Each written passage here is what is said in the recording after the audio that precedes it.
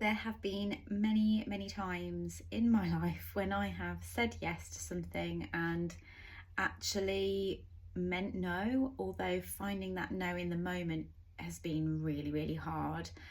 And I'm a lot better at it now, but I realise how much of that saying yes to various things, usually social things, but might also be helping other people out, has been a deeply ingrained pattern of trying to meet neurotypical standards of living.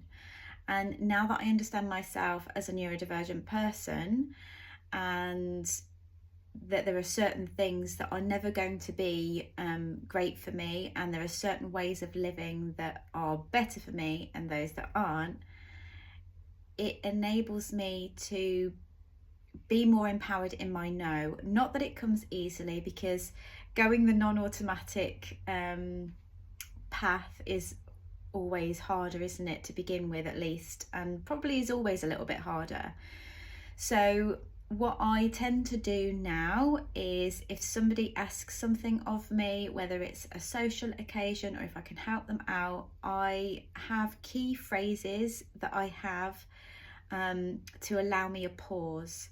And if it's through a text or an email, even better, because that allows me a pause to go and sit with it and really check in with myself. I would have not had these skills though if it wasn't for practices that I've gained through practicing yoga.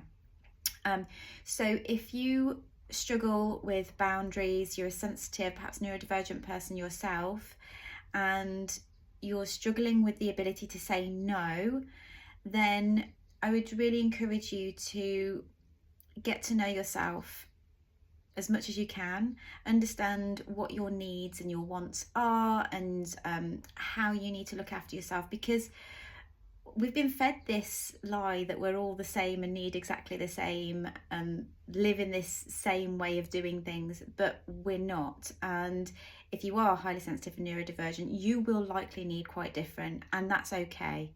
So that is my little encouragement for you today.